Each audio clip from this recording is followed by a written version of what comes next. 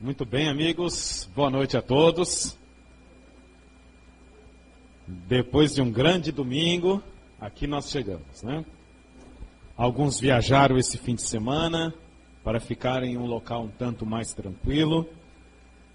Mas, para aqueles que aqui chegaram, queremos dar as nossas boas-vindas. Hoje eu acredito que foi a estreia de mais um grupo de música aqui na nossa comunidade do Encontro Vida, né? Então eu quero apresentar para vocês, esse grupo é o Atmosfera 7. Atmosfera 7. Então, que bom, né? Acho que vamos dar uma salva de palmas, né, para essas músicas. Muito bem. E assim, os talentos vão sendo descobertos e vão sendo revelados aqui na nossa comunidade. Multiplicados, obrigado. Multiplicados aqui na nossa comunidade, né? Que bom. Muito bem, amigos. Vamos então para o nosso estudo. Se você está vindo pela primeira vez, eu quero explicar para você, na verdade, o que acontece aqui no domingo à noite. Aos domingos, às 18 horas, nós temos aqui uma classe de estudos. Então você está numa classe de estudos. Uma escola bíblica. E nós estamos numa série de estudos sobre o livro do Apocalipse. Essa série de estudos, ela vai terminar no dia 16 de novembro. Nós ainda temos alguns domingos para a gente estudar o livro do Apocalipse. Terminando no dia 16 de novembro, no domingo seguinte, que eu acho que é o dia 21 ou 23 de novembro, no domingo seguinte vamos começar uma outra série de estudos. E essa última série de estudos desse ano, ela vai tratar sobre a Bíblia.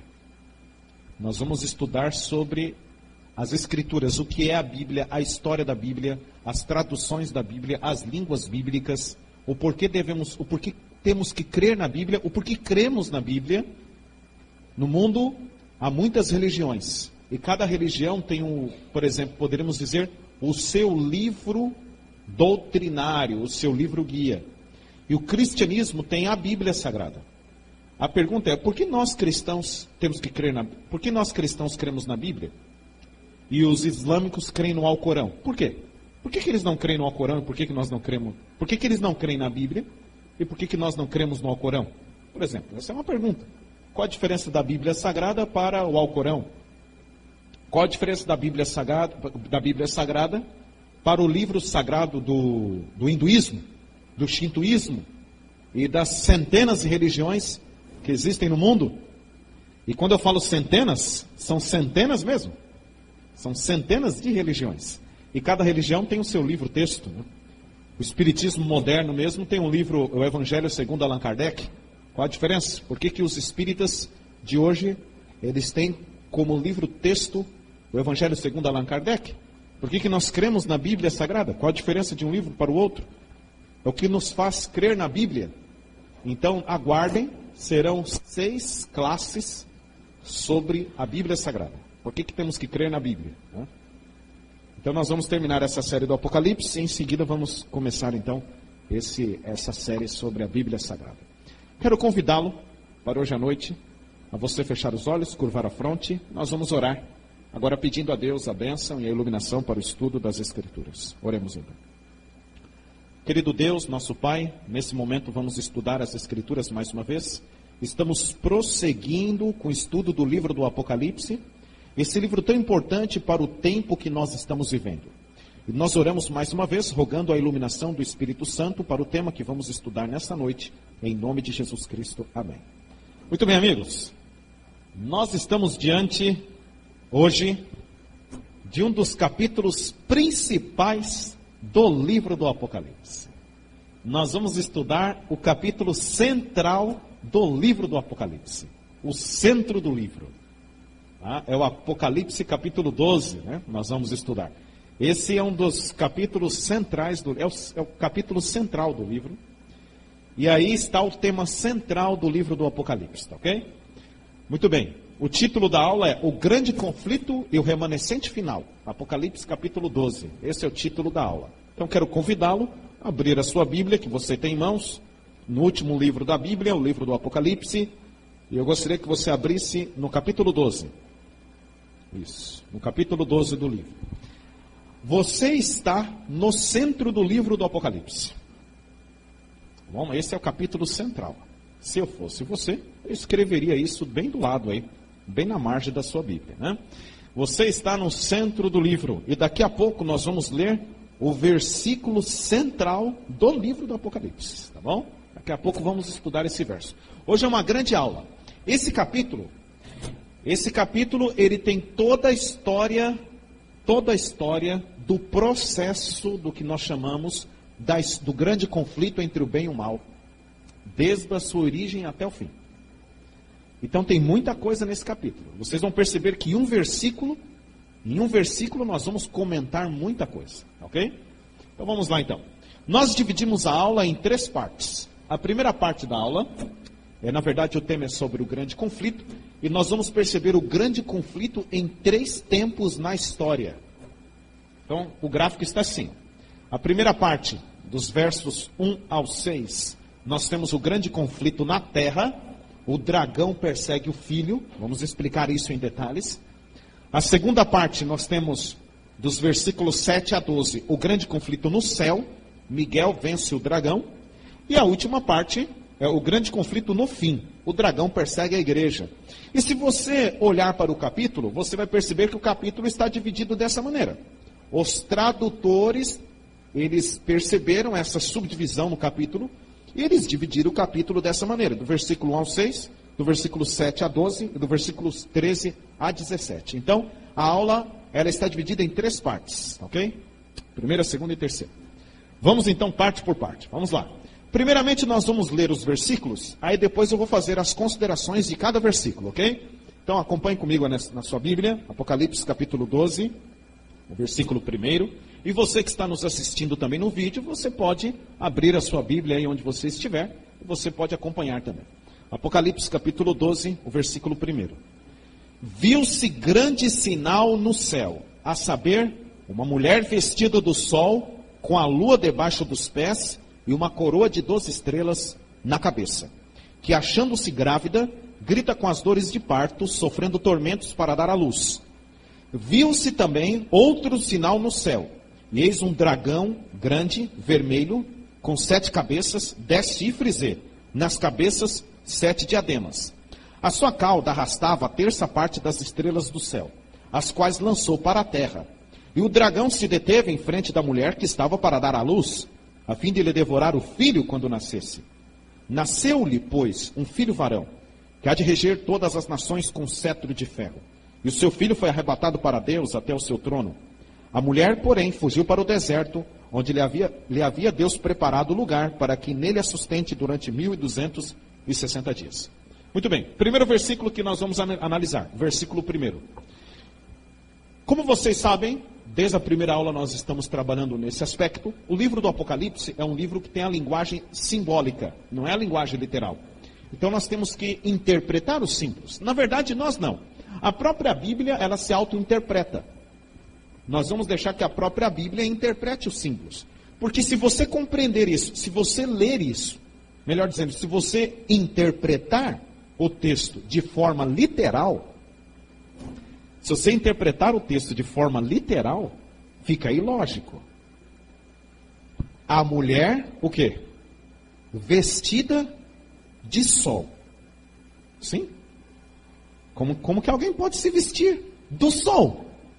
Isso é simbólico?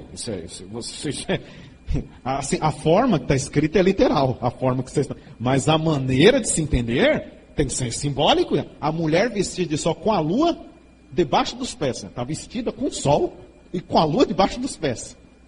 Isso é simbólico. Na verdade, todo o Apocalipse, a sua linguagem é simbólica. É certo que um elemento ou outro está literal, um elemento ou outro.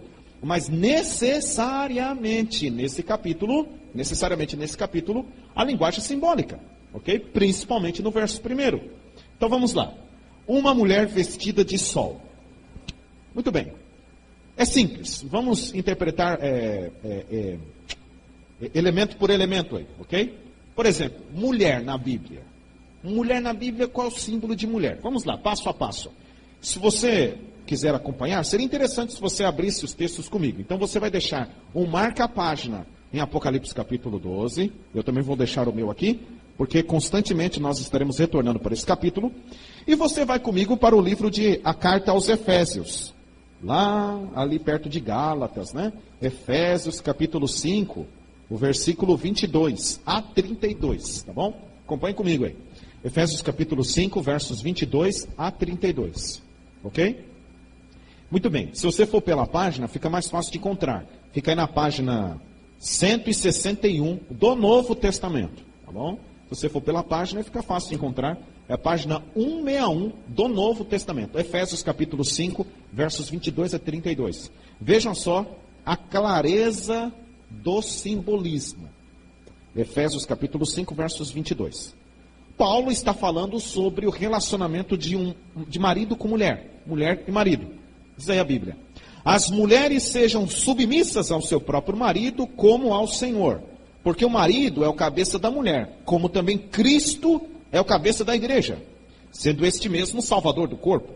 Como, porém, a igreja está sujeita a Cristo, assim também as mulheres sejam tudo submissas ao seu marido. Maridos, amai vossa mulher, como também Cristo amou a igreja, e assim mesmo se entregou por ela, para que a santificasse, tendo-a purificado por meio de lavagem de água pela palavra. Agora lá no versículo 32. Grande é este mistério, vírgula, mas, o que diz Paulo aí? Eu me refiro a Cristo e à igreja. Está muito claro, gente. Está muito claro. Olha que interessante. Paulo, para falar sobre o relacionamento de marido com mulher, que exemplo Paulo usa? Cristo e a igreja. Cristo é o marido e a igreja o que é? É a esposa.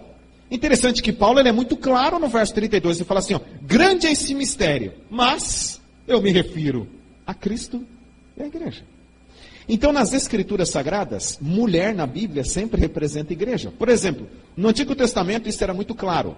No Antigo Testamento, Deus ele mesmo se representava como esposo de Israel, marido de Israel. Israel, a nação israelita, seria a esposa e Deus, o marido. E Deus às vezes usava essa linguagem. Você encontra isso principalmente nos livros de Isaías e Jeremias. Por exemplo, Deus fala assim, ó. Vocês adulteraram, vocês foram atrás de outros maridos, etc. Quando você era jovenzinha, virgem, eu fui lá, casei com você, etc. É figura de linguagem. Deus sendo representado como marido e Israel como esposa. Então, mulher na Bíblia sempre tem um símbolo de igreja, ok? Voltemos lá para Apocalipse capítulo 12. Eu pedi para que você deixasse aí o marca a página, para rapidinho irmos para Apocalipse. Vamos lá. Apocalipse capítulo 12, então. Essa mulher vestida do sol, isso aqui é a igreja de Cristo, é a igreja cristã. Muito bem, e o sol? Qual o significado do sol, né? Muito bem, vamos lá para Malaquias. Malaquias é o último livro do Antigo Testamento, tá bom? Lá bem no começo, se você for no começo do Novo Testamento, o último livro do Antigo Testamento é Malaquias. Malaquias capítulo 4.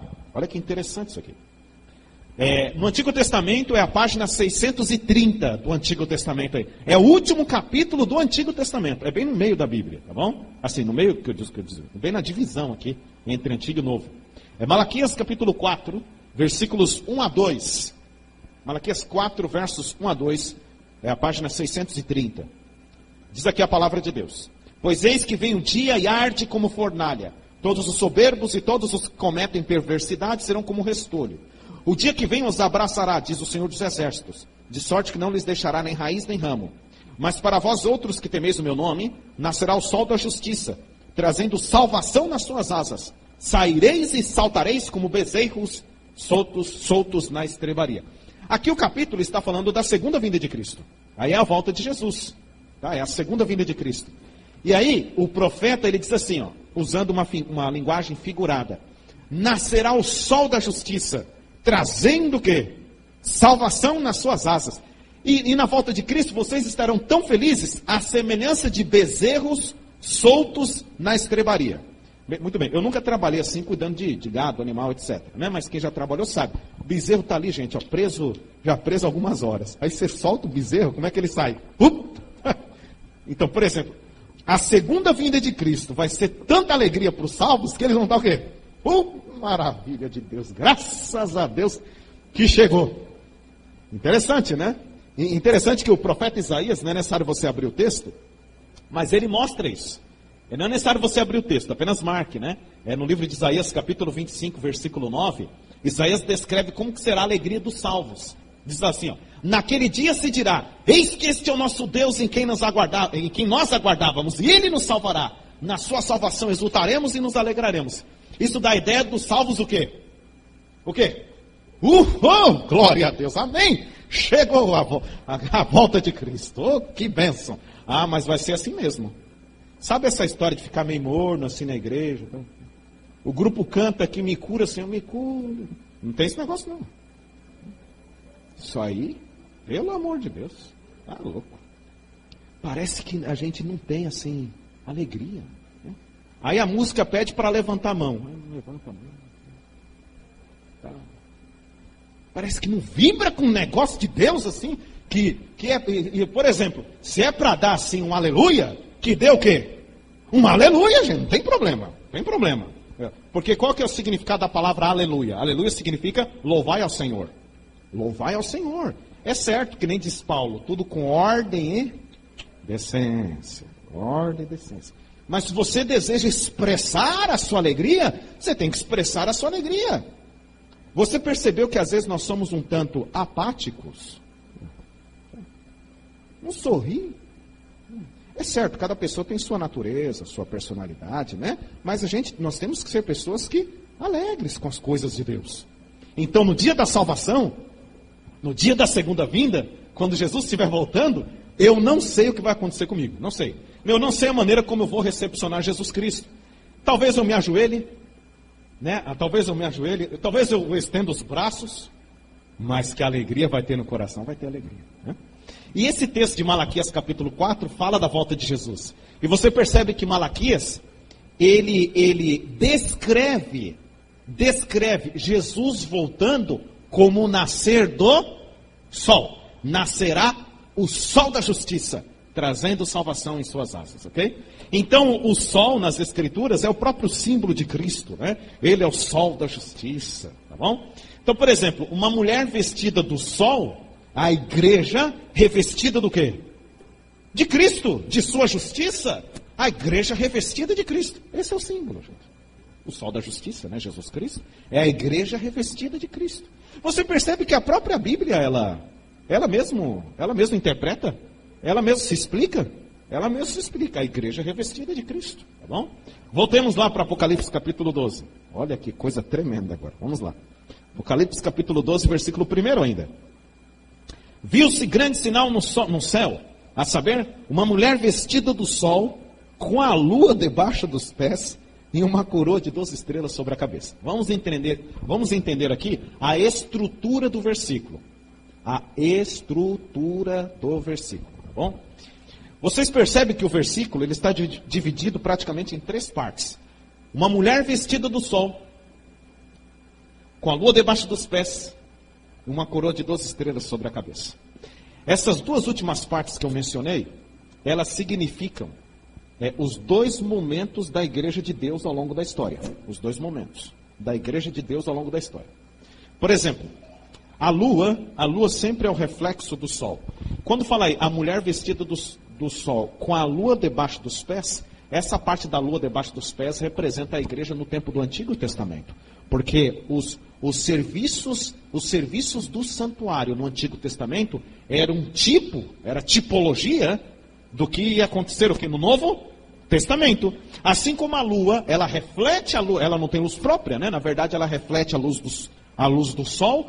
Então, os serviços do santuário, os serviços da nação israelita no Antigo Testamento eram reflexo daquilo que estaria acontecendo no Novo Testamento. E a coroa de 12 estrelas sobre a cabeça representa a igreja do Novo Testamento, fundamentada sobre os 12 apóstolos.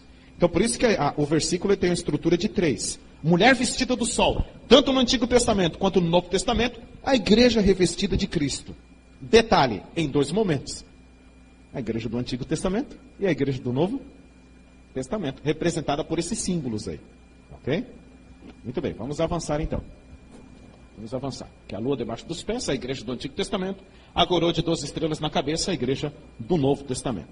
Versículo 2. Pois não, Arnaldo? Veja só, ótima. Não poderia ser as 12 tribos, as 12 tribos de Israel, você falou, né? Não poderia. Sabe por quê? Daqui a pouco eu vou explicar. A palavra estrela em profecia, simboliza pessoa única. As tribos de Israel, normalmente, elas são representadas por pedras. Normalmente são representadas, por exemplo, dificilmente tem nome. Ó, eu quis juntar as duas e falar difícil nome. Dificilmente é a síndrome do pensamento rápido, tá vendo? É difícil nome. Dificilmente tem símbolos para as 12 tribos de Israel. O máximo, pedras, fundamentos. Aí são os 12 apóstolos. Sabe por quê? Por causa da estrutura do versículo. Tá, veja só. Se essas são as 12 tribos de Israel, o que é a lua debaixo dos pés? E aí? Entendeu? Então, aqui, ó. A mulher vestida do sol. A igreja revestida de Cristo em toda a história. Em 2 momentos. A lua debaixo dos pés, o Antigo Testamento. E a coroa de 12 estrelas, o Novo Testamento. Se você pega a coroa de 12 estrelas e coloca lá para o Antigo Testamento as tribos de Israel, a pergunta, e a lua debaixo dos pés? Que símbolo que é? O que representa? Entendeu? Então, essa é a própria estrutura do versículo. A estrutura do versículo nos leva a dar essa própria interpretação. A própria estrutura do verso. Pois não, querido? Pois não. Vamos lá. Opa, boa. Perfeito. Muito bom. Ótimo. Boa contribuição. Qual o nome do senhor? Seu nome? Juvencio. Marabá, Vivêncio. É o nome dele. Muito obrigado, mas essa contribuição foi excelente. Por quê? O que o senhor me fez me lembrar? O capítulo está falando sobre o grande conflito, no tempo do fim. Sempre no início de cada capítulo, sempre no primeiro verso, já mostra todo o assunto do capítulo. Entendeu? Todo o assunto do próprio capítulo. E aí o versículo primeiro, da própria introdução, já demonstrou que iria se tratar em todo o capítulo. Muito bem. Bom, vamos lá ao versículo 2 então? Vamos lá. Que achando-se grávida, grita com as dores de parto, sofrendo tormentos para dar à luz. A mulher acha-se grávida. A mulher, quem é a mulher mesmo? A igreja. Vejam só. Alguns teólogos, eles interpretam esse texto como sendo essa mulher aí sendo Maria. Bom, Maria, achando-se grávida, ok? É para dar luz. Por que eles interpretam sendo Maria? Por causa do versículo 5. Leiam comigo aí o verso 5. Ó. Nasceu-lhe, pois, um filho varão, que há de reger todas as nações com cetro de ferro, e o seu filho foi arrebatado para Deus ao seu trono. Bem, a mulher é Maria aqui. Assim alguns teólogos interpretam, que a mulher é Maria. Só que a mulher não é Maria, porque mulher na Bíblia representa o quê? Igreja. Então a mulher não é Maria. Daqui a pouco nós vamos ver um texto bem aí do Apocalipse 12 que vai mostrar aí. A mulher não é... Sim, mas a igreja grávida e deu à luz a Jesus Cristo? Tá, então vamos lá. Vamos aqui para a explicação, né? É isso mesmo. A igreja daria à luz ao Filho de Deus. É isso mesmo. Mas como que a igreja daria à luz ao Filho de Deus? Tem um texto que ele é bem interessante. Na verdade, quando João está escrevendo Apocalipse 12, vocês bem sabem que quando João escreveu o Apocalipse, o pano de fundo do Apocalipse é o Antigo Testamento. Principalmente o livro de Gênesis. E quando João está escrevendo essa parte do Apocalipse, o pano de fundo é Gênesis capítulo 3. Especificamente, o versículo mais importante do capítulo 3, que é o verso 15. Deixa eu marcar a página. Vamos lá. Gênesis capítulo 3, está aqui, ó, o versículo 15. Isso aqui é o cumprimento de Gênesis 3,15. Vamos lá. Quando João está escrevendo essa parte aí, o pano de fundo é Gênesis capítulo 3, verso 15. A igreja dando a luz ao Filho de Deus. Como que seria isso? Sim, teria que ter um ser humano aí na história. Com certeza. Teria que ter Maria na história mesmo.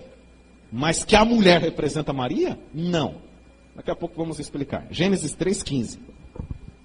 Vamos lá. Porém, inimizade entre ti e a mulher, entre a tua descendência e o seu descendente. Este te ferirá a cabeça e tu lhe ferirás o calcanhar. Aqui está a primeira promessa do nascimento do Messias. O próprio Cristo estava ali no paraíso e ele mesmo falou para Satanás. Ok? Ele mesmo falou, olha, eu vou vir, eu vou te pegar. Ok? Eu vou te pegar. Você pegou os meus meninos, eu vou te pegar também. Mas como vai ser isso? Eu vou nascer que nem eles. Eu vou pisar no terreno deles, eu vou entrar no ringue. E eu vou te pegar. Mas como isso? Como é que a gente enxerga nisso? É muito simples. Deus está falando assim, ó, vou colocar uma barreira entre Satanás e o ser humano. Satanás não sabia disso. E ele ficou assustado. Eu pensava que a guerra estava ganha. Fiz com que Adão e Eva caíssem em pecado. Resultado, toda a raça humana estaria vendida ao pecado, por questão da natureza. E aí foi um susto para Satanás isso. Deus falou, não, vai tirando o cavalinho da chuva. Eu tenho um plano aqui debaixo das mangas, meu filho, que você não sabia. Qual é o plano? Vou colocar uma barreira entre você e a humanidade. Que barreira é essa? Pensava que a guerra estava ganha? Ah, é? Vai nascer um descendente da mulher. Um descendente nasce da mulher. Esse descendente, quando nascer, vai pisar onde você? Na sua cabeça. E você vai feri-lo no calcanhar. Interessante isso aqui. Olha aqui, a imagem aqui. Quando Satanás fere Cristo no calcanhar, assim, quando Cristo pisa na cabeça do calcanhar, recebe a mordida da serpente. Esse é o sinal, entendeu? Interessante que Mel Gibson, ao escrever ali o filme Paixão de Cristo, ele entendeu isso. Por que ele entendeu isso? Qual que é a primeira cena lá do Paixão de Cristo? Lembra? Que é a cena do Getsemane. Cristo está ali no Getsemane, na agonia do Getsemane, e o diabo aparece. E começa a sussurrar ali, você não vai conseguir, etc. Aí Cristo se levanta, lembra da cena do filme? E ele pisa sobre a cabeça de uma serpente. Mel Gibson entendeu isso. Okay? Ali é lógico, no filme ele tenta passar essa mensagem, essa mensagem aqui. Então, muito bem. Cristo nasceria da descendência da mulher. Cristo nasceria da raça humana. Cristo nasceria humano como humano. Cristo nasceria da raça humana. É certo que tem a figura mulher aí. Necessariamente Cristo não precisaria nascer de quem? De Eva. Nasceria o quê? Da descendência. Nasceria da semente da mulher. Em outras palavras, o que a Bíblia está querendo dizer? Jesus Cristo nascerá da humanidade. A humanidade vai gerá-lo. É por isso que em Apocalipse capítulo 12 fala assim, a mulher deu à luz. A mulher deu à luz, né? A igreja deu à luz. Maria, na verdade, era apenas uma representação do quê? Da igreja. É certo, Cristo mesmo precisou nascer de um útero. Ele precisou nascer como você nasceu. Ele precisou viver como você viveu. Necessariamente precisaria ter uma figura humana. Só que Maria era apenas uma representação da igreja. Então, na verdade, a igreja, a humanidade, gerou o Filho de Deus. Alguma pergunta? Muito bem. Pois não, Gabriel, vamos lá.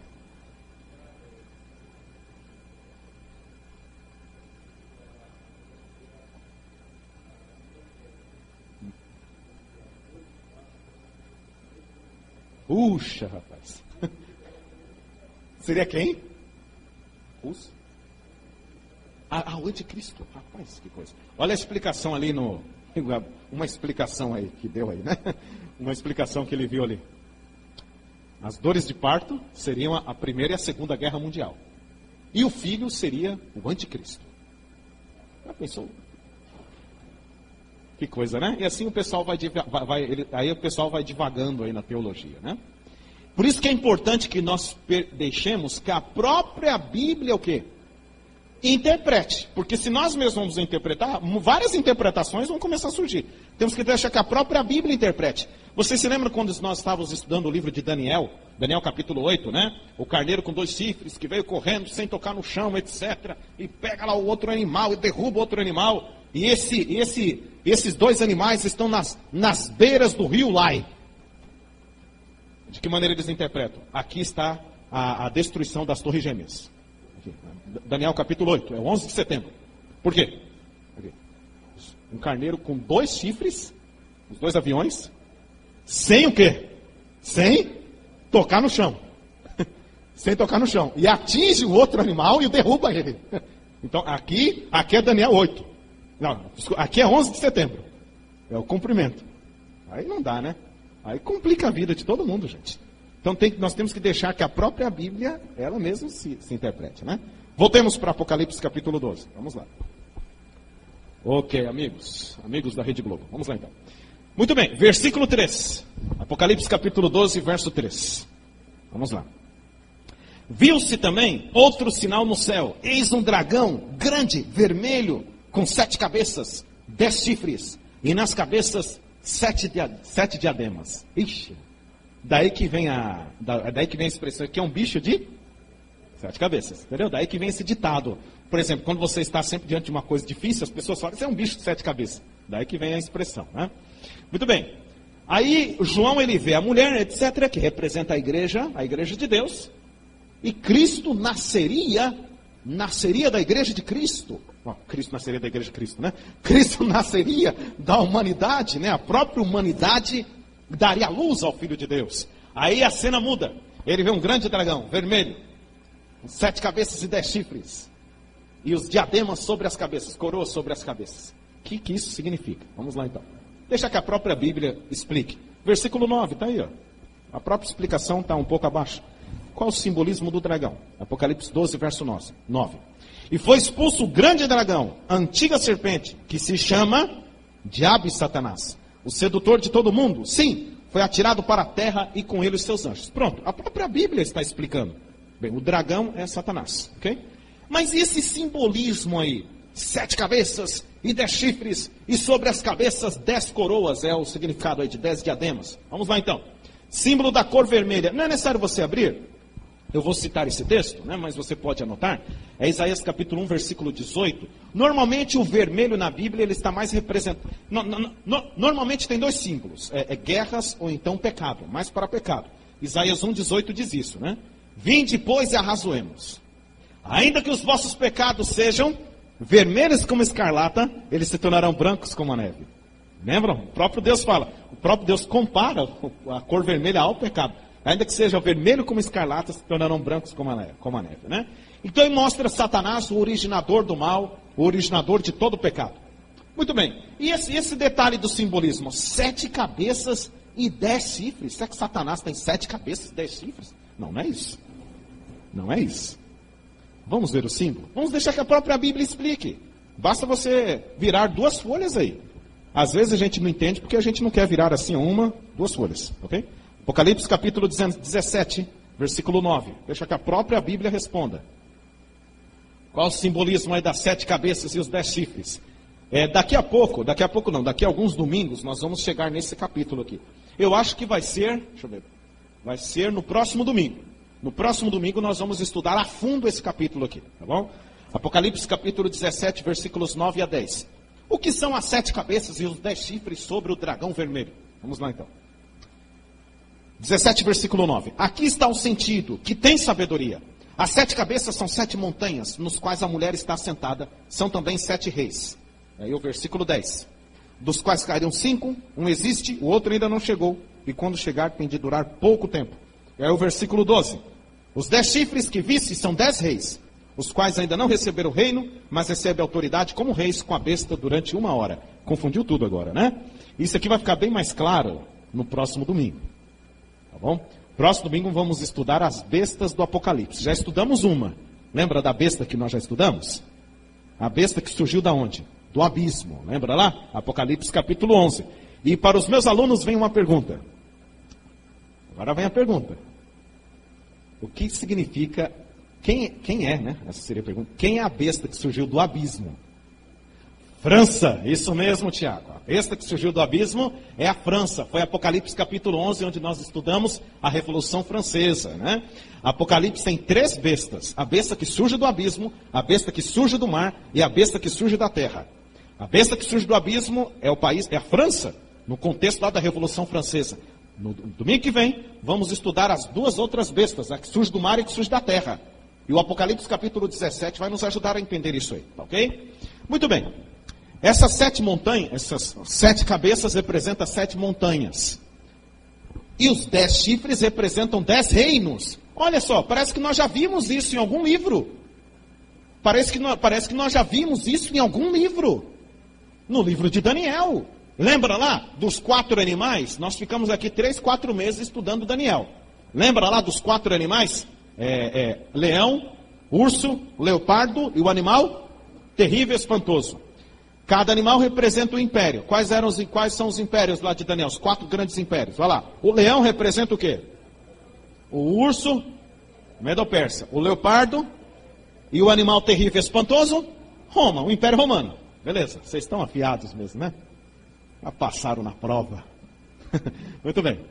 E o animal terrível e espantoso, o Império Romano.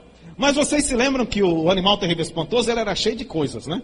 Era cheio de negócio estranho, assim, de dentes de ferro. Era um negócio assim, credo, né? Eu ia falar cruz, credo. Credo. Era um negócio assim, cheio de coisas, né? Então, o animal terrível e espantoso, ele tinha dentes de ferro, e ele tinha um detalhe. O que ele tinha na cabeça? 10 chifres. São os mesmos aí. São os mesmos chifres. Isso, a gente chega aí. Estamos chegando. Então veja só.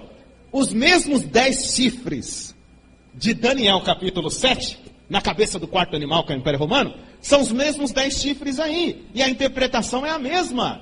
Daniel capítulo 7, versículo 24, fala assim que os 10 chifres são 10 reinos.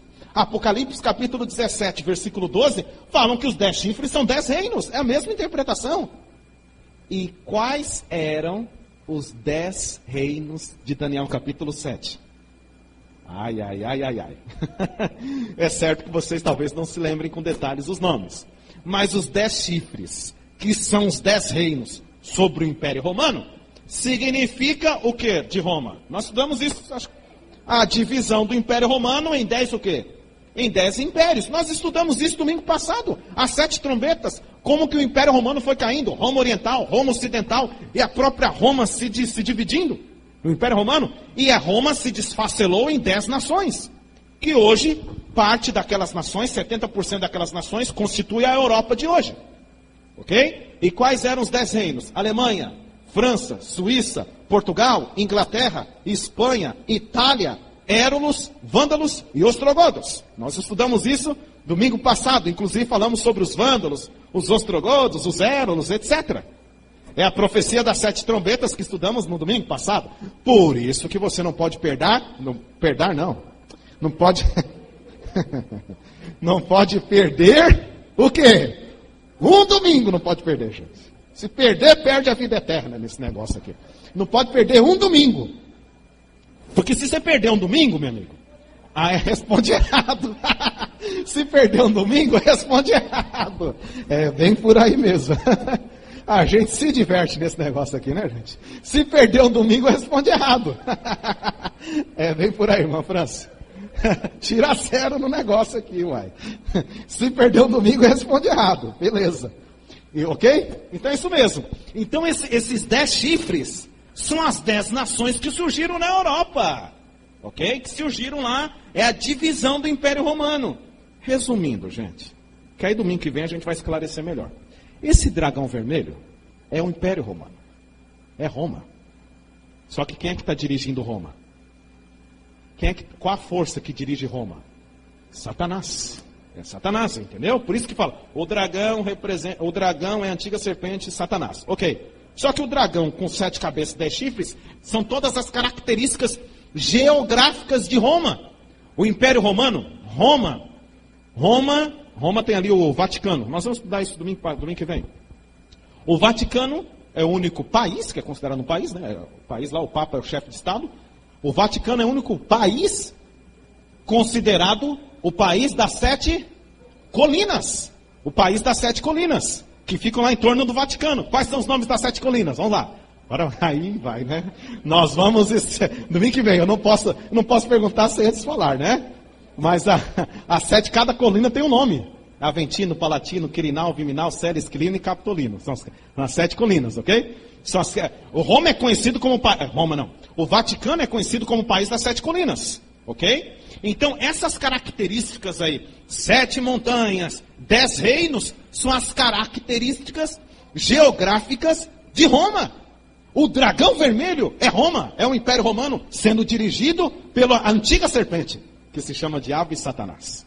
Ok? Voltemos lá. Apocalipse capítulo 12, é o versículo 3. Vamos relê-lo. Que coisa tremenda, né, gente? Vamos lá. Apocalipse 12, verso 3. Viu-se também outro sinal no céu. Eis um dragão grande, vermelho, com 7 cabeças, 10 chifres, e nas cabeças 7 diademas. Isso aqui é o Império Romano, sendo dirigido pela antiga serpente. Muito bem. Os diademas são coroas. Como que nós sabemos que esse é o Império Romano? Por esse detalhe aí. Deixa eu ver aqui. Deixa eu ver se está aqui. Ok, 7 diademas. Estavam sobre cada uma das 7 cabeças. As cabeças são 7 montes. Vocês se lembram lá que Apocalipse 17, versículo 9, diz assim, ó, são 7 montanhas, são também 7 reis. Lembram? O simbolismo é duplo. Então, muito bem. O Império Romano, geograficamente falando, tem 7 montanhas mesmo, ali no Vaticano. E foi desfacelado em 10 nações. Só que o Império Romano, até hoje, exerceu 7 sistemas de governo, desde a sua fundação. Desde a fundação de Roma, foram 7 sistemas de governo. Basta você ler a história de Roma. Vocês sabem quais são os nomes dos 7 sistemas de governo?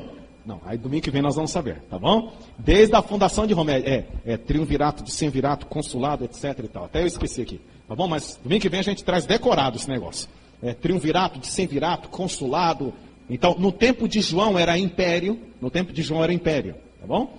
Muito bem, então são 7 sistemas de governo. Quando diz aí que os diademas, as coroas, estavam sobre as 7 montanhas, isso demonstra que esse é o período em que Roma, o Império Romano, estava governando. Porque se os diademas estivessem sobre os 10 chifres, aí já é o período da Europa governando. Perceberam?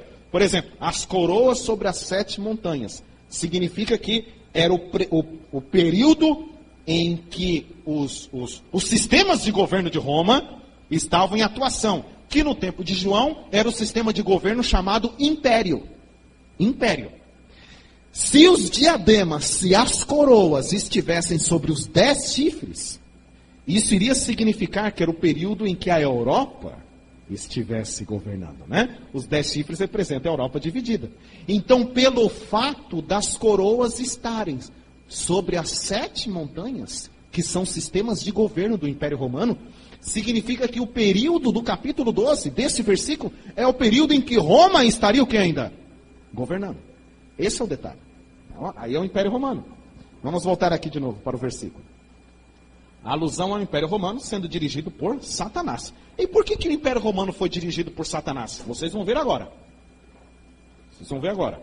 Então, eu só quero dar um parênteses aqui. Veja só. Essa classe é uma classe que exige muito da gente. Vocês querem estudar o Apocalipse? Querem ou não querem? Então a gente tem que ler, aí ler de novo e ler mais uma vez. E ler até decorar isso aqui, gente. Tem que decorar isso aqui.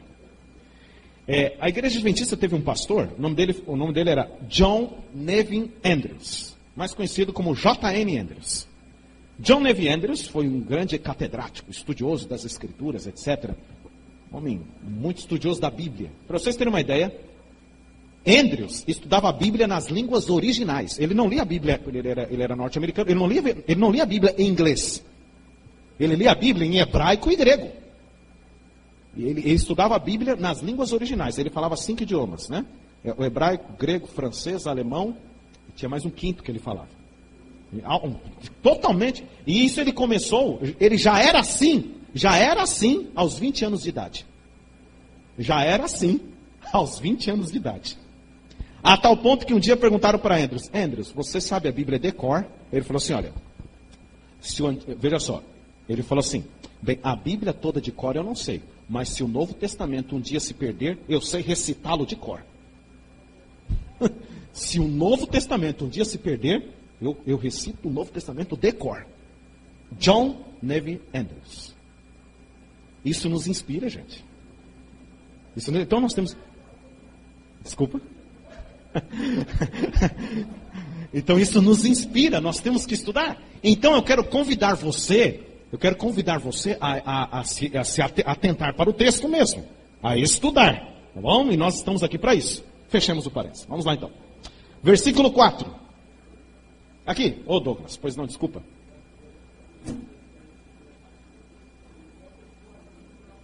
Capítulo... Ah, ótimo.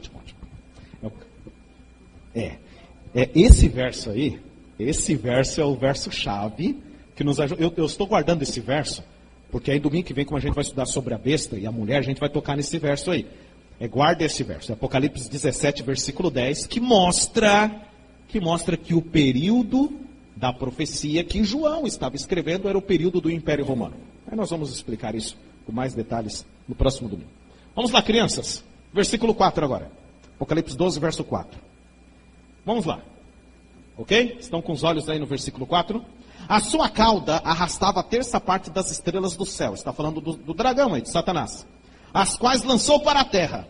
E o dragão se deteve em frente da mulher, que estava para dar à luz, a fim de lhe devorar o filho quando nascesse. Que coisa tremenda, né? É um drama aqui, é um filme. Isso aqui dá para fazer um filme, gente. Isso é um drama. O grande conflito entre o bem e o mal. Ok? Muito bem, vamos lá. A terça parte das estrelas do céu. Isso aqui são os anjos. É aquilo que eu falei, Arnaldo Pena. Estrela, normalmente, sempre se refere a um ser pessoal. E aqui estão os textos. Ó. Aqui estão os textos. Por exemplo, o primeiro texto de Jó, capítulo 38, versos 4 a 7, fala do momento quando Deus criou a terra. Do momento quando Deus criou o planeta Terra. Aí fala assim, ó, quando o Senhor criou a terra, todos os filhos de Deus se rejubilavam e as estrelas da alva cantavam.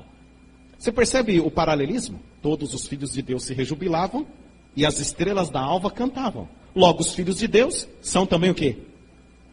Percebe aqui o paralelismo? Todos os filhos de Deus se rejubilavam e as estrelas da alva cantavam. Você percebe que os filhos de Deus têm a representação de estrelas. Você é uma estrela. Eu sou uma estrela na coroa de Jesus Cristo. Okay? Por exemplo, e aqui é lógico, o texto está falando dos anjos. Os anjos cantando na criação da terra. É isso que está falando. Quando eles viram a terra sendo criada, oh maravilha, como Deus cria um planeta tão belo assim. Eles estavam cantando quando Deus estava criando o planeta Terra. Isaías capítulo 14, versículo 12 a 14, fala da queda de Lúcifer, a queda de Satanás. Diz lá, o que diz lá mesmo? Vamos ler aqui o texto. Isaías capítulo 14, versículo 12. Nem todos os textos nós decoramos assim, né? Vamos lá. Isaías 14, versículo 12. Como caíste do céu, isso mesmo. Como caíste do céu, ó estrela da manhã, filho da alva, né? Como fosse lançado por terra, tu que debilitavas as nações, não diz aí? Está falando de Lúcifer. Interessante que a figura para Lúcifer, Isaías capítulo 14, é a estrela da manhã, filho da alva. Está vendo? Estrela da manhã, filho da alva. Então, quando diz lá em Apocalipse capítulo 12, versículo 4, que o dragão arrastou com a sua cauda, é lógico, não é cauda, isso aqui é um símbolo, arrastou com a sua cauda a terça parte das estrelas do céu, significa que Satanás enganou quantos anjos? Porque estrelas são anjos. E enganou quantos anjos? A terça parte. É isso. Aqui está o texto que mostra que ele enganou a terça parte. Aqui está o texto. Aqui está o texto na Bíblia que mostra que quando Satanás começou o grande conflito no céu, ele conseguiu enganar quanto dos anjos de Deus? A terça parte. O que é a terça parte? De cada 13 ele conseguiu um. Foi isso? É muito anjo, gente. É muito demônio. Vocês querem ver como é muito demônio? Vamos lá. Deixa aí Apocalipse capítulo 12. Vamos lá para Apocalipse capítulo 5, versículo 11. Apocalipse capítulo 5, verso 11. Vamos ver quantos anjos ficaram com Deus. Aí a gente faz o cálculo de quantos que vieram. É lógico que vieram menos. Veio a terça parte, ok? Mas vamos ver quanto que é essa terça parte. Apocalipse capítulo 5, verso 11. Vamos ver quantos anjos ficaram com Deus. Vi e ouvi uma voz de muitos anjos ao redor do trono, dos seres viventes e dos anciãos, cujo número era de milhões de milhões e milhares de milhares. Esses foram os que ficaram.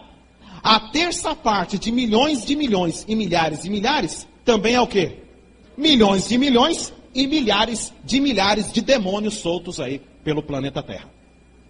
É por isso que você vê sempre esse crime para lá, tarado para cá, estupro para lá, assalto, mata, fuma, rouba, destrói todo mundo, avião cai, navio cai, os demônios soltos aí mesmo. Milhões e milhões e milhares, terça parte. Pois não, guerras, né?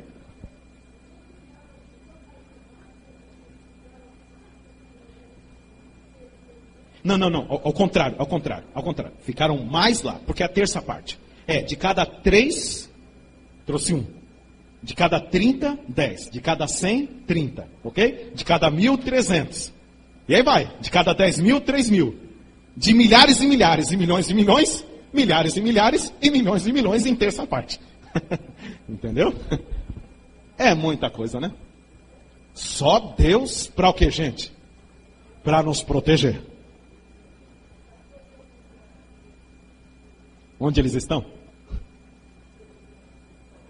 Desculpa, irmã, não ouvi direito. Vamos lá.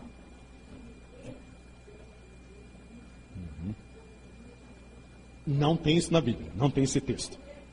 Não, isso está em testemunhos secretos, são mensagens escondidas em algum lugar assim, né? Mas não tem esse texto na Bíblia. Não, peraí. Pudesse ser visto? Não tem. Assim não tem. Se pudessem ser vistos, cobririam. Não tem esse texto. Não tem esse texto. Não tem esse texto. Veja só, tem um texto próximo a isso, que nós lemos no domingo passado, quando fala dos escorpiões que saíram do abismo, que ali representa todo aquele contexto árabe lá do deserto da Arábia, etc. Os escorpiões saíram do abismo e eles apagaram o sol. Lembra lá? Está em Apocalipse. Tem um texto que se aproxima, mas não é isso, não significa isso. Entendeu? Ok. Então, veja só, vamos prosseguir aqui, Apocalipse 12, versículo 4. O dragão se deteve agora em frente da mulher, que estava para dar à luz, a fim de devorar o filho quando nascesse. O filho é Jesus Cristo. Quando Jesus nasceu, aqui fica fácil de interpretar agora. Quando Jesus nasceu, de que maneira Satanás tentou destruir Jesus? Na matança das crianças. Ok. Quem ordenou a matança das crianças? Herodes. Herodes era de que governo? Roma. Era o tetrarca romano. Aí o cumprimento da profecia. Quando Jesus nasceu, o dragão, está em símbolo, o dragão se deteve na frente da mulher para que quando o menino nascesse, devorasse o menino. O que significa isso? Quando Jesus nasceu, o próprio Império Romano decretou a morte de todas as crianças de 2 anos para baixo para pegar justamente Cristo. Foi necessário Cristo sair de Belém e ir para onde? Para o Egito. E ali ele ficou 2 anos. Foi necessário ele fugir. A interpretação é essa.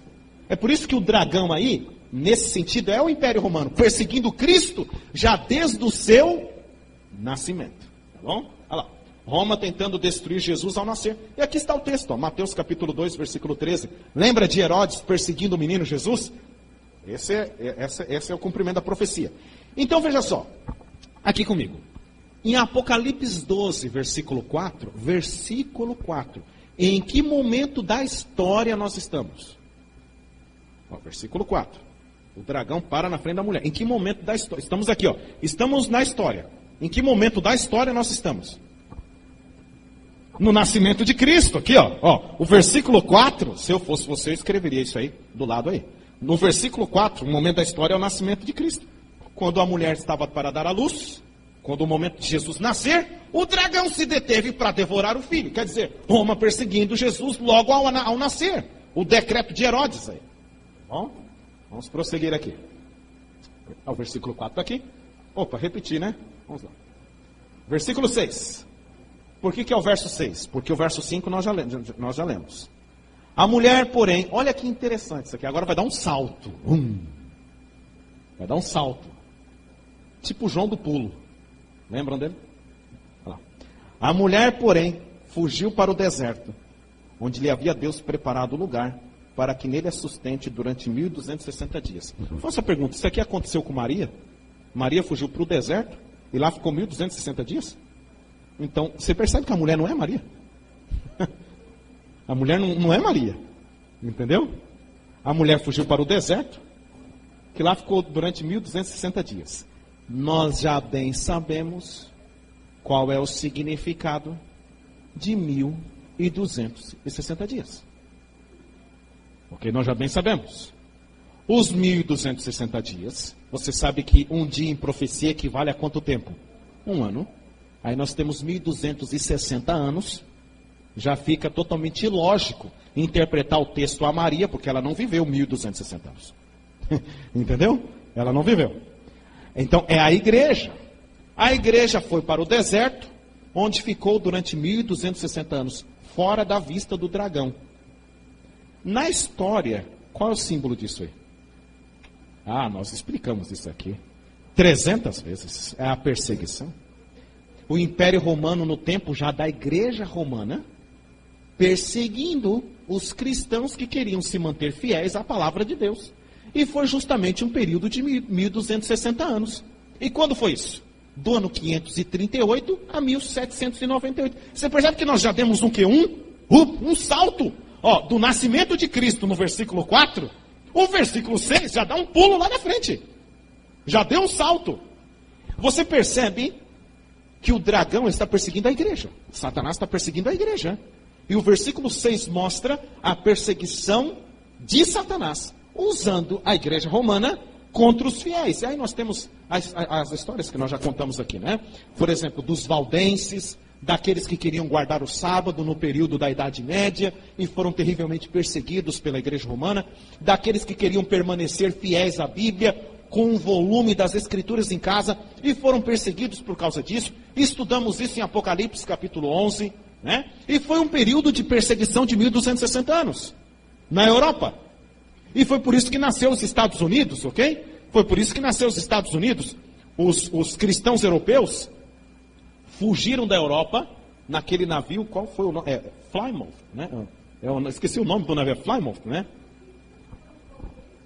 Os valdenses, huguenotes, os huguenotes na França, huguenotes, isso. Os valdenses e outros também tiveram outros também, houveram outros também. Então veja só, e foi por isso que nasceu os Estados Unidos, porque no finalzinho no final dos 1260 anos, os cristãos que estavam sendo perseguidos na Europa, eles quiseram em busca de uma terra onde eles pudessem ter o quê? Liberdade. Aí, uma terra onde pudessem ter liberdade. Liberdade em dois aspectos, que são os dois fundamentos dos Estados Unidos. Liberdade civil e liberdade o quê? Religiosa. É por isso que quando eles chegaram lá nas terras americanas, eles falaram assim: nós queremos fundar aqui uma terra sem rei e uma terra sem papa. Liberdade civil e liberdade religiosa, que são os dois fundamentos da Constituição americana. Ok? Isso foi, lembram lá do início dos Estados Unidos? 1776. 1776 está na nota do dólar lá. Né? 1776, na nota do dólar, o nascimento dos Estados Unidos. Lembrando que o período de 1260 anos estaria acabando em 1798. Portanto, cerca de 20 anos antes, os cristãos perseguidos na Europa já estavam procurando uma terra da liberdade. E aí, isso aqui é aula já para o próximo domingo, na nação americana. Ok? Vamos lá então. Então, esse versículo 6 fala justamente da perseguição contra a igreja de Cristo no período da Idade Média pelo Império Romano, pela igreja romana, né? A fuga da mulher para o deserto, seu esconderijo durante 1260 dias. Muito bem. Tudo ok aí, queridos? Vocês estão aí? Eu estou aqui. Então vamos lá. Pois não, querido? É uma introdução. Isso. Cai por terra. Pelo versículo 6. Exatamente. Então, a interpretação de que a mulher é Maria cai por terra pelo próprio verso 6. Porque os 1260 dias são 1260 anos. Maria não durou nem 1200, entendeu? Nem 100 anos, gente.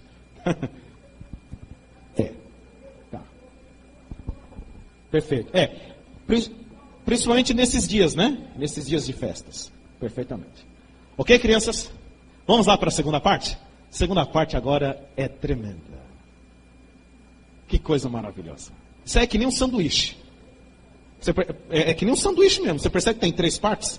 Aí tem um pão e no meio tem um... Então, é a parte do meio aí. A parte do meio mesmo é interessante. É que nem um sanduíche isso aí. Vamos lá. Agora vamos para a parte número 2, que é a parte do meio, tá bom? Vamos lá então. Apocalipse capítulo 12, versículo 7. Não, é isso mesmo. É sim. Credes em Deus, crede também em mim, que é essa parte aí. Sim. Porque a primeira parte é do versículo 1 até o versículo 6. A segunda parte é do versículo 7 até o versículo 12. E a terceira parte é do versículo 13 ao verso 17. Aí é o sanduíche que forma na Bíblia. Um pão, e aí o tutano aí bem no meio. Tá bom? Vamos lá então. Ok. Vamos lá, amigos. Versículo 7. Agora vai. Você sabe por que essa parte aqui é a parte assim mais tremenda? Porque aqui está o meio do Apocalipse. O assunto mais importante do Apocalipse está aqui. Vamos lá então. Versículo 7. Houve peleja no céu. Miguel e os seus anjos pelejaram contra o dragão. Também pelejaram o dragão e seus anjos. Muito bem. Nós vamos entender agora o porquê que Satanás está perseguindo a igreja. É isso que nós vamos entender. Vejam só. Nós começamos na primeira parte mostrando a guerra do inimigo contra a igreja aonde? Aqui na terra. E aí a pergunta é, por que Satanás está perseguindo a igreja? Por que Satanás quis matar Jesus Cristo logo quando nasceu? Agora, essa parte do meio, ela vai retroceder a história. Você se lembra aquilo que eu expliquei no Apocalipse, na semana retrasada? Que o Apocalipse, como é que você lê? Você lê assim, ó. Opa, chega até aqui. Aí o próximo texto, ao invés de continuar, o que o próximo texto faz? Ele volta. É que nem aquelas máquinas de datilografia, lembra lá que você... Lembra? Aquelas máquinas de datilografia, você batia assim e voltava.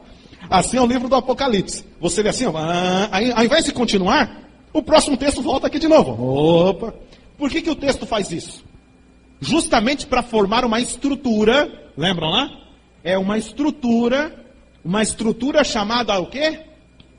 Quiástica. Isso, meus alunos. É a aula de Daniel aí.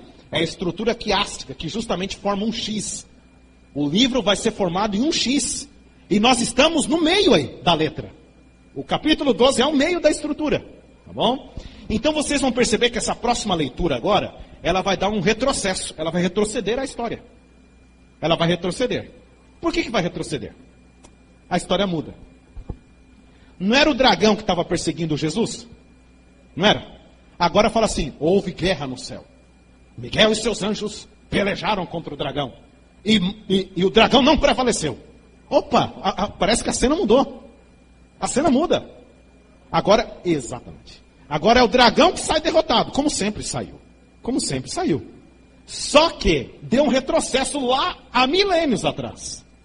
No início do grande conflito. Essa parte do meio mostra o porquê que Satanás está perseguindo a Cristo aqui na Terra. O porquê que Satanás está perseguindo a igreja. Porque a guerra começou onde? Lá no passado. Ele está querendo se vingar. Começou lá no passado. Houve peleja no céu. Eu faço uma pergunta. Você já imaginou que no céu teria guerra? É guerra mesmo. A palavra aí no grego é guerra. Houve guerra no céu. E aí nós temos 2 exércitos e 2 generais. Um general tem o nome de Miguel. E o outro é o dragão, que nós já sabemos qual é o personagem aí. É o próprio Satanás. Miguel versus Satanás. A grande pergunta é, quem é o Miguel? Quem é o Miguel? O Miguel é o próprio Jesus Cristo. Esse era o nome de Jesus Cristo antes da sua encarnação. Porque o nome Jesus é um nome humano. Por exemplo, o rapaz lá que conserta lá o gás lá do meu prédio, ele se chama Jesus. Esse é o nome, Jesus mesmo. Falou, o Senhor Jesus, você pode vir aqui na minha casa? Aí o Senhor Jesus, satisfação, Senhor Jesus, né? Que bom, né? Que Deus abençoe o Senhor Jesus. Então, o nome dele é Jesus, o nome do rapaz. E tem um refrigerante aqui, o refrigerante aqui do Maranhão, Jesus. Que situação, gente. Por favor, né?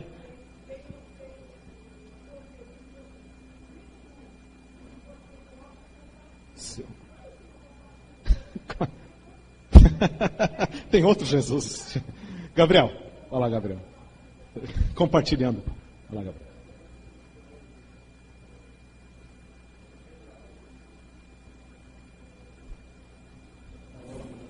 Da palavra?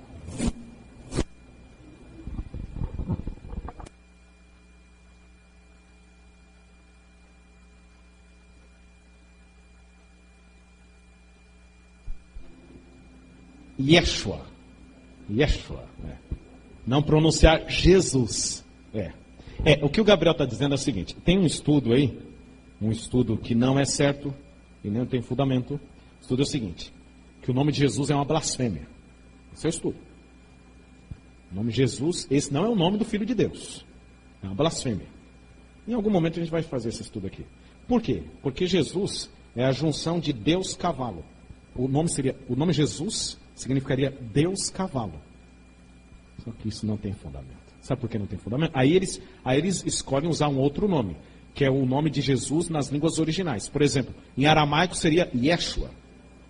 A tal ponto que Mel Gibson de novo, parece que eu estou fazendo comercial do camarada, né? O Mel Gibson de novo lá. Se você assistir o filme, você percebe que Jesus, ele pronuncia... Maria, quando chama Jesus lá lembra aquela cena da mesa, que ele está fazendo a mesa? Yeshua, Yeshua! Lembra? Yeshua! É em aramaico ali. Yeshua. E em hebraico é Yehoshua. Que em hebraico. Em grego é Iesus. Em grego é Iesus. E aí que está a questão. Aqui que está a chave interpretativa desse negócio. Olha lá. Em hebraico é Yehoshua. Em hebraico. Em grego é eu estou gaguejando. É Jesus em grego. Em aramaico é Yeshua. Por que tem essa diferença? É o mesmo nome. É o mesmo nome. A única questão aqui não é tradução também. Se chama um fenômeno transliteração. É fenômeno de transliteração. Por exemplo, uma letra correspondente à outra. Vou dar um exemplo simples. Vou dar um exemplo. João. Português, ok? João. Em espanhol, como é? Juan. Juan. É o mesmo nome. Só que houve não é uma tradução, é transliteração. Juan. Em inglês, John. E agora tem em italiano. Italiano, lembra? Italiano? Italiano, em francês, lembra lá? Jean, ok. Olha aí, ó, João, Juan, John, Jean. Ó, opa, rapaz, o negócio tá bonito. O negócio tá ficando chique aqui, rapaz.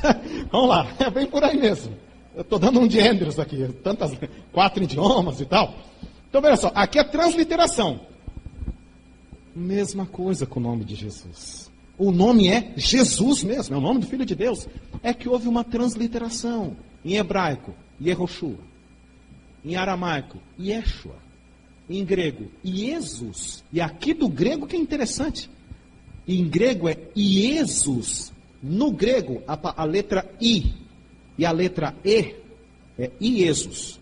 Quando você muda isso para o português, a letra I e a letra E juntas é o som de J. É por isso que no nosso português não é Jesus. Como é que é o nome?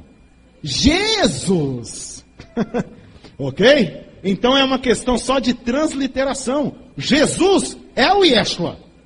Assim como Juan é o João. Entende? Jesus é o Yehoshua. Assim como João é o John. É o mesmo. É uma questão de transliteração. Tá bom? Então, muito bem. O Filho de Deus, quando veio a esse mundo, ele teve um nome humano. E qual foi o nome humano dele? Jesus. Por que ele teve esse nome Jesus? Era um nome comum, o nome Jesus. Na Bíblia você encontra 2 Jesus. Tem outro Jesus, sabia? Tem um que se chama assim, Bar Jesus. Já viram? Bar Jesus. Por quê? A palavra Bar em hebraico é filho. Então, filho de Jesus. Bar Jesus. Que é Barnabé, o filho de Nabé. Barnabé. Bartimeu, filho de Timeu. Então, Bar Jesus, o filho de Jesus. Então, muito bem. Então, na Bíblia apresenta 2 Jesus. Era um nome comum. Por que era um nome comum? Jesus significa, olha o significado bonito, Jeová é a salvação. Esse é o significado. Foi por isso que o anjo lá, em Mateus capítulo 1, versículo 21, falou para Maria, você dará o nome dele de Jesus. Aí o anjo explica, porque ele salvará o seu povo dos pecados dele. Assim está o texto. O próprio anjo explica o significado do nome. Jesus significa Jeová é a salvação. Esse era o nome humano. Só que aí ele era identificado como Jesus o Cristo. Jesus Cristo. Porque Cristo significa Messias. Muito bem. Esse era o nome humano de Jesus. Só que antes da sua encarnação, ele tinha um nome. Ele tinha como tem. Qual era o nome dele antes da encarnação? Miguel. Esse era o nome. E aí é um outro estudo, tá bom? Lá no livro de Daniel fala sobre esse assunto. Miguel. Miguel. Quem é Miguel? Né? A discussão é quem é Miguel? Miguel é um anjo, Miguel é o Espírito Santo. Muito pelo contrário. Miguel é o próprio Jesus Cristo. Porque Miguel na Bíblia é identificado como arcanjo. Arcanjo no singular. A Bíblia nunca fala de arcanjos, é arcanjo. Significando que só há um arcanjo. E qual é o significado de arcanjo? É o chefe dos anjos. É daí que vem arcebispo, chefe dos bispos. A arquidiocese, a sede principal. Arcanjo, o chefe dos anjos. Ok? É o arcanjo Miguel. É a doutrina católica essa. Não, essa é a doutrina. A Bíblia só fala de um arcanjo. Um arcanjo. É o chefe dos anjos. E o chefe dos anjos é o próprio Senhor Jesus Cristo, que ele é chamado de Miguel. Então aí nós temos dois exércitos. Miguel e quem? Ele é o chefe, Miguel. E os seus anjos, e o dragão e os seus anjos. Cada chefe com o seu exército. E houve uma guerra. Na verdade, gente, a inveja de Lúcifer, lá em Isaías capítulo 14, fala assim: sereis semelhante ao Altíssimo. Lembra? Satanás, ele sabia muito bem que ele não podia ser mais do que Deus. Satanás não é bobo, gente. Ele não é bobo. Deus é o Todo-Poderoso, é o Criador. Eu não posso ser mais. É por isso que ele não queria ser maior do que Altíssimo. Ele queria ser o quê? Semelhante. Que eu chegue ao menos a ser igual, porque mais eu não posso. Só que é o seguinte: há um outro, ele é semelhante. Quem é esse? Jesus Cristo. E aí que estava o problema. Satanás olhava para Jesus Cristo e falava: não, mas ele é um arcanjo, eu sou um anjo. Por que ele é semelhante e eu não posso ser? Então a inveja de Satanás não foi contra Deus Pai. A inveja foi contra quem? Contra Jesus Cristo. Por isso que a guerra é contra Jesus Cristo. A guerra é contra Cristo. Aí estão os dois generais. Só que aí, meu amigo, o arcanjo qual ele estava se dirigindo, qual era o único? Era o único mesmo. Por isso que ele tinha esse nome, Miguel. Qual o significado da palavra, do nome Miguel? Miguel significa, na verdade é uma pergunta. Significa assim, é uma pergunta que está embutida uma resposta. Quem é semelhante a Deus? É uma pergunta. E a pergunta tem embutido uma resposta. Quem é semelhante a Deus? Alguém fez essa pergunta um dia para Jesus, de outras palavras. Filipe falou assim: Senhor, mostra-nos o Pai, e isso o quê? Nos basta. Qual foi a resposta de Jesus? Filipe, há tanto tempo a gente está junto, a gente come pipoca ali, a gente está junto aqui, estamos todos juntos, a gente que viaja junto, você anda comigo, etc. Há tanto tempo eu estou convosco que não me tens conhecido? Aí Jesus dá uma no Filipe: quem vê a mim? E eu sou igual ao Pai. Deus é o Todo-Poderoso, Criador, Onipotente, Eterno, Santo, Imortal, Incriado, nunca nasceu, eterno para o futuro, eterno para o passado, onipresente, onisciente. Deus é Deus. Jesus Cristo é a mesma coisa, com nenhum grau de diferença, nem a mais nem a menos. Nem a mais nem a menos. É o Todo-Poderoso, tão semelhante a Deus Pai. Não foi criado pelo Pai, muito pelo contrário, um ser incriado, à semelhança do Pai. É isso que João defende em seu evangelho. No princípio era o Verbo estava com Deus, e o Verbo era Deus. Ele estava no princípio com Deus. Todas as coisas foram feitas por intermédio dele, e sem ele nada do que foi feito se fez. Ele estava no mundo, o mundo foi criado por ele, mas o mundo não recebeu. Veio para o que era seu, mas os seus não receberam. O Verbo se fez carne e habitou entre nós, cheio de graça, e vimos a sua glória como a glória do unigênito do Pai. Aí está João, o próprio Cristo. Jesus Cristo era Deus encarnado. É por isso que o nome dele, outro título de Jesus, era Emanuel. Lembra lá? Emanuel, que significa o quê? Deus conosco. A questão é a seguinte: não, e o próprio Jesus Cristo falou que ele era Deus. O próprio Jesus Cristo falou. Por exemplo, Jesus Cristo, uma vez, os judeus estavam discutindo alguma coisa lá, e aí os judeus estavam falando assim: não, nosso pai é Abraão. Jesus, pai, nosso pai é Abraão. Eras, coitado deles. Jesus falou assim: antes que Abraão existisse, eu sou. Aí tá lá, aí vai. Antes que Abraão, nosso pai é Abraão, gente. Antes que Abraão existisse, eu sou. Eita. E o interessante é que as palavras eu sou estão em letras garrafais. Lá no João, eu estou citando para vocês, João capítulo 8, verso 58. Estão em letras garrafais e são as mesmas palavras. Lembram lá de Moisés na sarça ardente? Moisés vai se aproximando para o mato queimando ali. O mato está queimando. Moisés, o negócio está estranho. Porque o mato está queimando e o mato não se desfaz. Que negócio é esse? E aí quando Moisés se aproxima, uma voz toda poderosa sai de dentro do fogo. E o que a voz fala? Tire as sandálias dos pés, porque o lugar que estás é terra santa. Quem é que está falando aí? Eu sou o Deus de Abraão, o Deus de Isaac, o Deus de Jacó. Você vai ter que ir lá libertar o povo. Tá, mas eu vou lá e tal, e os anciãos vão perguntar lá, quem foi que me enviou? Qual é o seu nome? Qual foi o nome que o Deus de Israel se apresentou? Fala lá, o eu sou o que sou. Eu sou. Eita, até me arrepia. Era o próprio Cristo que estava conversando com Moisés. O eu sou. Os judeus eles entenderam isso quando Jesus falou. Você sabe por que eles entenderam isso? O versículo seguinte, que é João capítulo 8, verso 59, fala assim que eles pegaram em pedras. Eles iam apedrejar Jesus. Morte de apedrejamento. Na lei judaica, a pena de morte por apedrejamento era por quatro infrações da lei. Primeiro, desobediência aos pais. Adultério. Blasfêmia, obrigado. Blasfêmia. Deixa eu ver o outro, gente. Eu esqueci o outro. Vamos manter nesses três, tá bom? Vamos manter nesses três. Transgressão do sábado. Isso. Transgressão do sábado. Eram 4 infrações. Desobediência aos pais, adultério, blasfêmia e transgressão do sábado. Dessas 4 infrações, Jesus não estava transgredindo o sábado, porque não era sábado naquele dia. Jesus não estava desobedecendo aos pais, segundo a interpretação dos judeus. Jesus não estava adulterando. A única era blasfêmia. Na mente dos judeus, Jesus havia cometido o quê? Uma blasfêmia. Havia se colocado no lugar de Deus. Quero um exemplo? Vou dar um exemplo para vocês. Veja só o que aconteceu na mente dos judeus. Vamos pegar alguém aqui do auditório. Newton, meu nobre amigo. Olha só que interessante. Newton, imagine aquele amigo que você tem desde a infância. Desde a infância. Você jogava bolinha de gude com ele, etc. Jogava uma bolinha aqui. Ele cresceu contigo. Aí, você viu ele crescendo. Estava na escola junto com você. De repente, Newton, você encontra essa pessoa na rua. Ô Newton, eu sou o Deus Jeová. Eu sou o Todo-Poderoso. Eu sou o Criador do universo. O que você vai pensar desse camarada aí?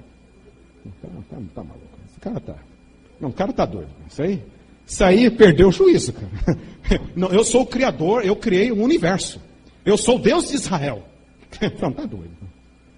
Então, aqueles judeus que ouviram Jesus falando aquilo, cresceram com Jesus em Nazaré. Os líderes judaicos cresceram com Jesus em Nazaré.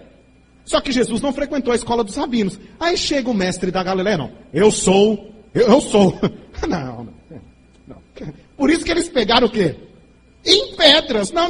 Jesus, nós jogávamos bolinha de gude contigo. Carrinho de rolemã, etc. Você está falando que você é o Deus de Israel, meu amigo. O Deus que dividiu o Mar Vermelho. Então, o único que é igual ao Pai, igual, nem um grau a mais, nem um grau a menos, Jesus Cristo, o Miguel. Então aqui nós temos uma grande guerra, né?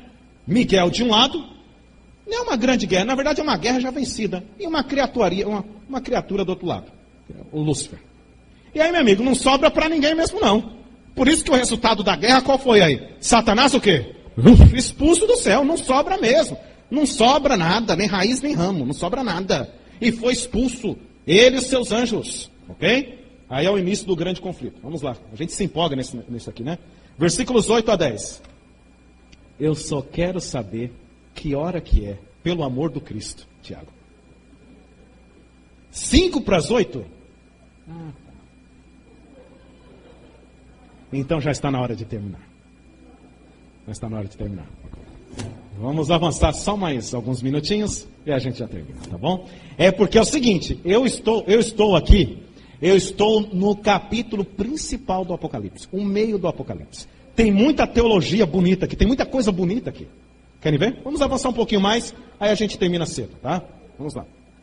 Versículo 8. Todavia não prevaleceram, nem mais se achou no céu o lugar deles. Foram expulsos lá do paraíso. E foi expulso o grande dragão, a antiga serpente, que se chama Diabo e Satanás, o sedutor de todo mundo. Sim, foi atirado para a terra, e com ele os seus anjos. Então ouvi grande voz do céu proclamando: agora vem a salvação, o poder, o reino do nosso Deus e a autoridade do seu Cristo, pois foi expulso o acusador de nossos irmãos, o mesmo que os acusa de dia e de noite diante do nosso Deus. Vamos lá então.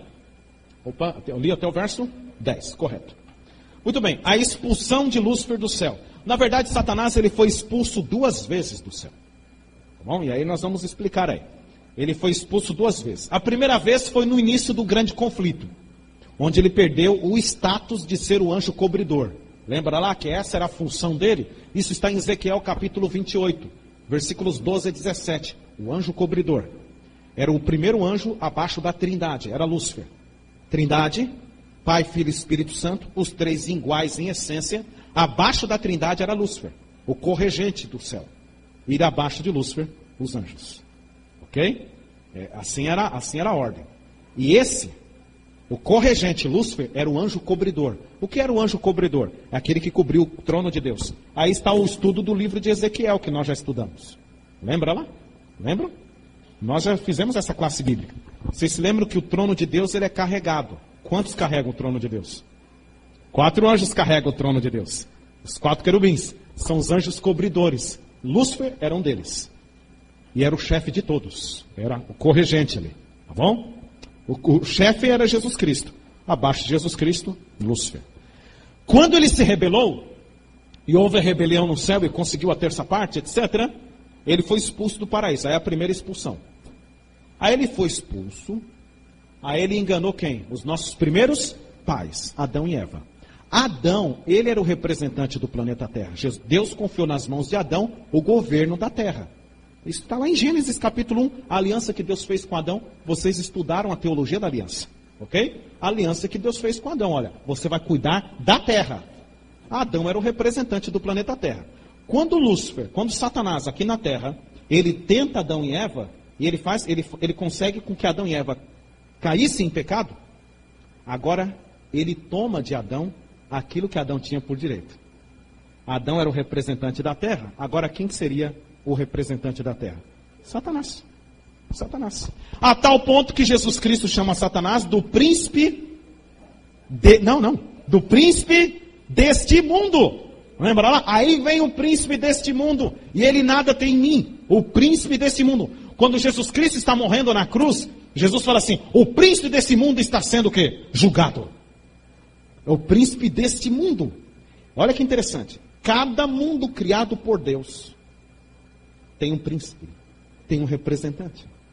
Isso a gente estudou no livro de Jó. Lembram lá nas nossas classes? O livro de Jó. Cada mundo criado por Deus, com seres habitando ali. E eu já falei algo para vocês que já perceberam, né? Vocês já perceberam o que eu falei aqui? O que eu falei aqui? Que tem mundos com seres. Eu vou mostrar agora aí na Bíblia para vocês. Quem ficou até o final vai ver agora o tutano. Vou mostrar para vocês agora, daqui a pouco. Tá bom? Seres em outros mundos. Sim, seres em outros mundos criados por Deus. Só que não caíram em pecado. O único planeta que caiu em pecado foi o nosso miserável planeta. Né? O único planeta. Porque se outros planetas houvessem caído em pecado, Jesus teria que morrer lá, morrer ali, morrer aqui também. Aí Jesus teria que vir aqui, a segunda vinda de Cristo aqui, ali. Imagina, gente. Imagina isso. A Bíblia mostra que o único planeta que caiu em pecado. Porque aí teriam que existir outros Satanás lá, porque Satanás não é ali presente. Entendeu? É outro Satanás lá. Não, a Bíblia fala de um Satanás, de um grande conflito, etc. Tá bom? Somente esse nosso planeta caiu em pecado. Os outros mundos habitados não caíram em pecado. E aí nós vamos mostrar num versículo aí, que é uma bomba atômica, é uma granada aí que vai nos mostrar isso aí. Ok? Veja só. Então agora quando ele tenta Adão, agora Satanás é o príncipe desse mundo. Ele é o príncipe do mundo. Aí é o seguinte. Quando Deus tinha as suas reuniões administrativas no céu, até hoje tem, isso a gente vê no livro de Jó, todos os príncipes, todos os representantes dos mundos, do universo de Deus, iam diante dele para comparecer. E aí é o livro de Jó, capítulo 1, versículo 6. Num dia em que os filhos de Deus vieram apresentar-se diante do Senhor, veio também quem junto ali? Satanás no meio deles. Satanás. Então veja só, quando a primeira expulsão não significa que ele não tem mais acesso. Ele foi expulso do status, mas ele continua tendo acesso, porque ele roubou de Adão o reino desse mundo. É por isso que no deserto da tentação, quando Jesus Cristo está sendo tentado, qual é a terceira tentação e a mais forte? É assim, ó. Qual a terceira tentação que Satanás joga para Jesus? Tudo isto que te darei, porque a mim foi dado. Tudo isso te darei, se o quê? Prostrado me adorares. Era dele mesmo, ele roubou de Adão. Tudo isso te darei, se prostrado me adorares. Era dele, ele era o príncipe do mundo. Então, quando Deus tinha suas reuniões administrativas no centro do universo, quem se apresentava lá para representar o planeta Terra? Satanás. Ele se apresentava. Mas se apresentava para quê? Para adorar a Deus? Não. O que diz o texto sagrado? Para acusar os irmãos. Lembra lá de Jó? E o interessante é que quem começa a conversa, quem é que começa a conversa ali? É o próprio Deus. Viste lá o meu servo Jó. Interessante, né? Não. Na verdade, Deus faz a pergunta: de onde vem, Satanás? E aí qual é a resposta dele? De passear a terra e a rodear por ela. Quando ele fala passear, ele está tirando o sarro de Deus. Sabe? O verbo passear, eu tomo conta lá, ó, eu faço o que eu quero. Eu passeio pela terra. Eu faço o que você fazia, porque Deus descia toda a tarde para passear no paraíso, para se encontrar com Adão e Eva. Agora eu que passeio lá, não é mais o seu domínio, todo mundo me obedece, todo mundo peca. Veja lá Abraão mentiu, ele é mentiroso, transgrediu a sua lei. Veja lá Moisés, bateu na rocha, todo mundo me obedece. Eu passeio pela terra. Ah é? Não, meu filho, vai tirando o cavalinho da chuva. Aí o que Deus fala? Viste lá meu servo Jó. Vai tirando. Tem um camarada lá que eu coloco a mão no fogo, Deus fala. E aí o próprio Deus joga Jó. O próprio Deus coloca Jó na fogueira. Deus fala: homem íntegro, reto, justo, temente a Deus e que se desvia do mal. Aí Satanás, não. Pega ele. Deixa eu jogar uma doença nele. Mata os filhos, mata tudo, tira a riqueza dele. Ele só te obedece porque o Senhor abençoa ele. Ele não te ama de verdade, não. Aí está a teologia da prosperidade. Está a teologia da prosperidade aqui de Satanás. Ele não te ama de verdade, não. Ele só é assim porque o Senhor abençoa ele. Aí o que Deus fala? Coloca um câncer na vida dele. Faz uma desgraça na vida dele. Eu vou mostrar para vocês que ele me ama. O universo inteiro expectante. Imagina os outros príncipes, né? Os anjos, e um cutucando. E agora, rapaz? O que Deus vai responder? O universo inteiro olhando para esse minúsculo planeta, para a pessoa de Jó. E vocês conhecem muito bem a história, né?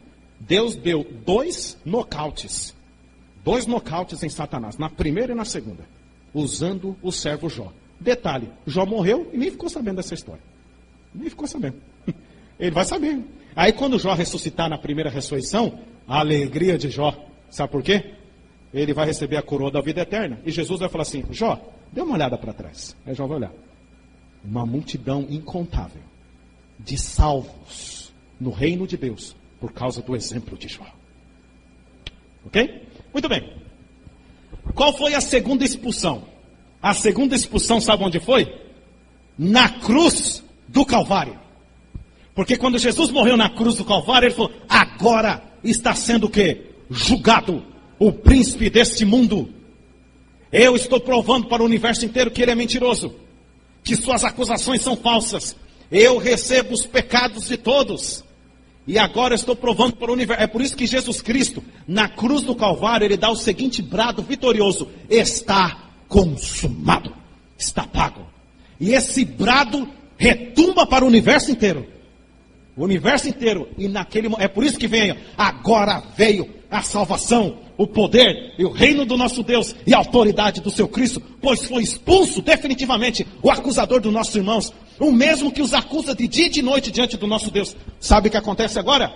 Satanás é limitado mais ainda. Não tem mais acesso ao paraíso, porque nós temos um representante da terra no santuário celestial que intercede por nós. Qual o nome dele? Jesus Cristo. Aquele que intercede representa a raça humana.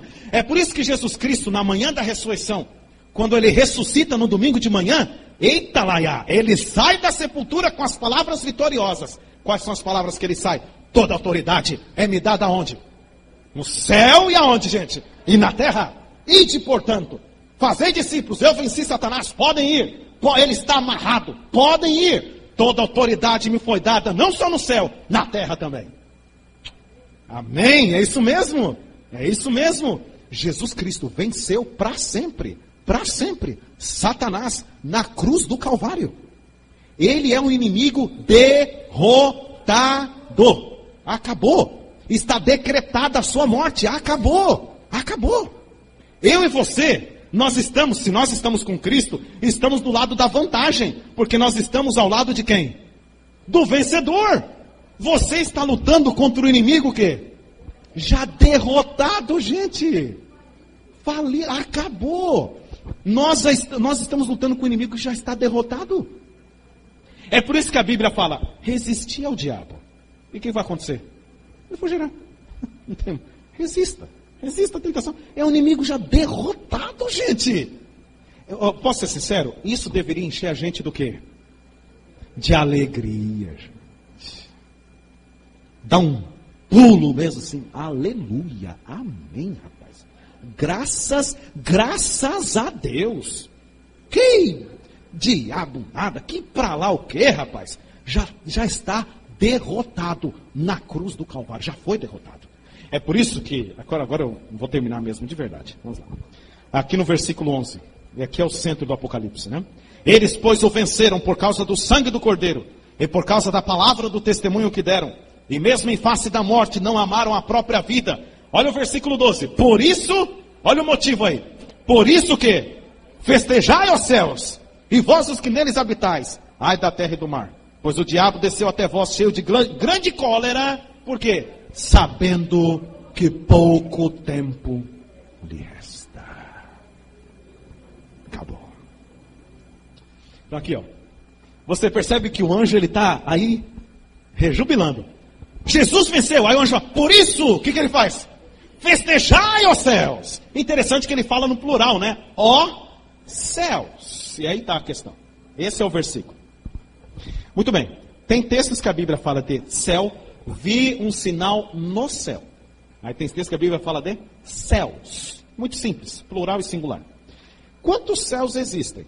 Aí o apóstolo Paulo, ele mesmo fala. São 3 céus que existem. Paulo fala lá em 2 Coríntios, capítulo 12, Paulo fala. 2 Coríntios, capítulo 12, Paulo fala assim, ó. Eu fui arrebatado ao terceiro céu. Aí no versículo 4 ele fala, foi arrebatado ao paraíso. Ó, o terceiro céu é o paraíso. Percebe? Terceiro céu é o paraíso. Tem 3 céus. O terceiro céu é o paraíso. O segundo céu é o céu galáctico. Céu da galáxia. Das galáxias, melhor dizendo. E o primeiro céu é o céu atmosférico. Esse céu aí. É por isso que diz assim, ó, vi um novo céu, uma nova terra, e o primeiro céu já passaram. Porque esse primeiro céu está todo poluído. Entendeu? Então Deus vai refazer, vai limpar aí a atmosfera. Então o primeiro céu é o céu atmosférico, o segundo céu é o céu galáctico, e o terceiro céu é o paraíso. Gente, isso aqui é muito grande, isso aqui. Sabe por quê? O corpo celeste, que o telescópio Hubble conseguiu fotografar até hoje, o corpo celeste mais distante. Você sabe quanto a distância daqui até lá? Você sai daqui na velocidade da luz. E olha que a velocidade da luz é a velocidade da luz. Você sai daqui. Você sai daqui na velocidade da luz. Você sabe quanto tempo você vai chegar lá nesse tal desse corpo celeste que o telescópio Hubble conseguiu fotografar? 13 bilhões de anos. É bilhões, não é milhões. É 13 bilhões de anos viajando. Quer dizer, você está viajando na velocidade da luz. Aí passa 1000 anos só. 1000 anos só? 1000 anos. Aí você está... vai viajando. Aí você só consegue ver a mesma imagem, porque 2000 anos. Aí quando você está no 500 mil anos, aí mudou um pouquinho. Aí vai dar 10 bilhões, aí já mudou bastante. 10 bilhões. Só daqui a 13 bilhões de anos. Isso é o corpo mais distante. Imagina o terceiro céu. Esse mundo, esse universo gigantesco. Mundos criados por Deus. Bilhões e bilhões de mundos, de galáxias, estrelas. Vocês acham que Deus colocaria vida somente nesse minúsculo planeta Terra, em toda essa imensidão do universo? De maneira alguma. É por isso que os anjos, eles falam assim, ó, por isso festejai, ó céus. Ele usa no plural. No primeiro céu não tem quem festeja aí nesse primeiro céu, só nuvens aí. A não ser o nosso amigo Murilo passando aí com o avião dele por aí. Entendeu? Não tem ninguém que festeja. Aí ele fala de céus, são 2. No terceiro céu tem alguém que festeja lá, os anjos. Só que tem um segundo. Por isso festejai, ó céus. Aí vem, e vós, o quê? Os que neles habitais. Olha só a conjunção aqui.